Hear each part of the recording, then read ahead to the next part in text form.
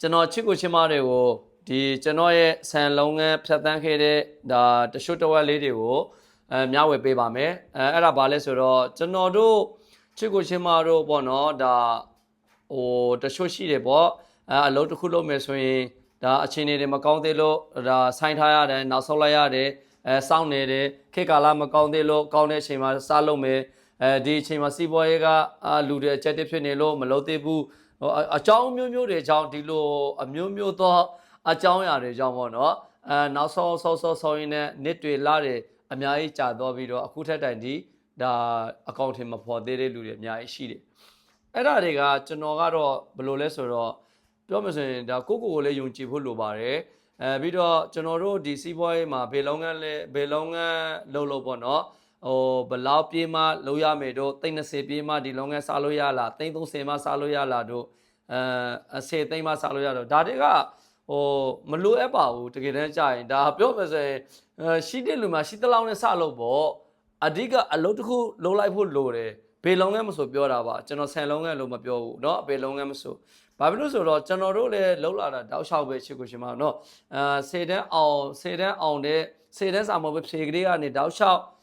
ကျွန်တော်တို့လှုပ်လာတာသူများတွေစီမလှုပ်လိုက်အပြင်ပါကိုပဲစီးပွားရေးလှုပ်အစင်မပြေတော့တလုံးလှုပ်အဲ့လိုမျိုးပဲဒီလိုမျိုးဖြတ်တန်းလာတယ်ပေါ့နော်အတွေ့အကြုံတွေတော့တော်တော်လေးကိုရခဲ့တယ်ပေါ့အဲ့ဒီအချိန်မှာလဲကျွန်တော်ကပြောချင်တာကတော့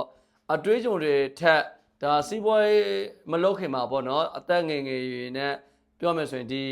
နိပညာတွေကိုကျွန်တော်လေ့လာစေရှင်ပါတယ်အခုဆိုရင်ကျွန်တော်တို့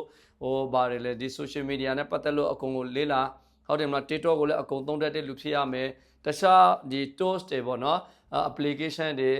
ကျွန်တော်တို့ဒီဗာလဲ CapCut တို့ပြီးတော့ Canva တို့တခြားခုဆို AI တို့ Gemini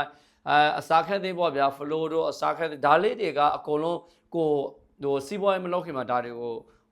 လေးလာထားတယ်သင်ယူတည်မြောက်ထားတယ်ဆိုရင်တော့ဒါတပန်းတာတယ်ဗျာနော်စီးပွားရေးလုပ်လာတဲ့အချိန်မှာဘာလို့ဆိုတော့ချစ်ကိုချင်းမတို့စဉ်းစားကြည့်လေအခုဆိုရင်ကျွန်တော်တို့ကကွန်ပျူတာတွေလဲလုတ်တက်ကြိုက်တတ်တယ် editing ဓာတ်ပုံကင်မရာအကုန်ကျွန်တော်တို့အဲ့ဒီကနေလုတ်တက်ကြိုက်နေလာတာဖြစ်တဲ့အတွက်နဲ့ဒီပေါ်မှာကိုစီးပွားရေးဘေးလုံးငန်းမဆိုကျွန်တော်အခုဆိုရင်အသုံးချလို့ရတယ်နော်အဲ့ဒါအရေးကြီးတယ်နော်အဲ့ဒီတော့နဲ့ခုနပြောသလိုလုံးဝ